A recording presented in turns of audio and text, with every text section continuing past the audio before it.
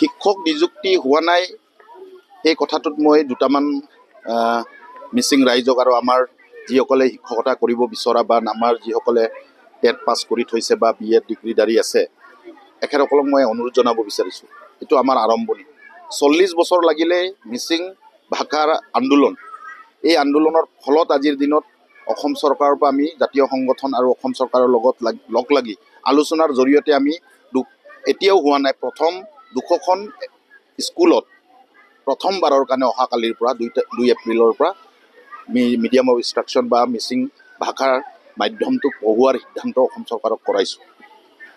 নিশ্চিতভাৱে আমাৰ শিক্ষক নিযুক্তি হ'ব লাগিব, কিন্তু আমি এতিয়া গভৰ্ণমেণ্টৰ লগত আলোচনা কৰি যিটো পাইছোঁ বা আলোচনা কৰি যিটো দেখা পাইছোঁ বা যিটো এতিয়া 200খন স্কুলত পঢ়াব, সেই স্কুলবোৰত দুজনকৈ তাতে যিসকলে কৰি আছে সেই শিক্ষকসকলকে ট্ৰেইনিং দিয়াই তেখেতসকলক পঢ়োৱাৰ সিদ্ধান্ত অসম চৰকাৰে কৰিছে। নিশ্চিতভাৱে আমি আপোনাৰ জৰিয়তে আমি নতুন প্ৰজন্মৰ আমাৰ প্ৰত্যেকজন আমাৰ নতুন প্ৰজন্মসকলক মই জনাব বিচাৰিছোঁ যে নিশ্চিতভাৱে অনাগত দিনত আমি আৰু 400খন স্কুল লোৱাৰ কথা গভৰ্ণমেণ্টৰ লগত আলোচনা কৰি আছোঁ। তেতিয়া 200+400 স্কুল হ'ব, 100% মিচিং ল'ৰা ছোৱালী থকা স্কুলবোৰক।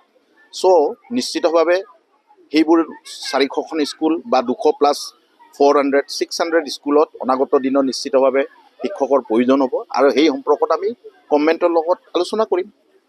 আমি এখেতসকলক জনাব বিচাৰিছোঁ প্ৰথমবাৰৰ কাৰণে ঐতিহাসিকভাৱে 40 বছৰ আন্দোলন কৰাৰ পাছত প্ৰথমবাৰৰ কাৰণে মিডিয়াম অফ ইনষ্ট্ৰাকশ্যন বা 200খন স্কুলত আমাৰ মিচিং ভাষাটোক পঢ়োৱাৰ সিদ্ধান্ত কৰিছে।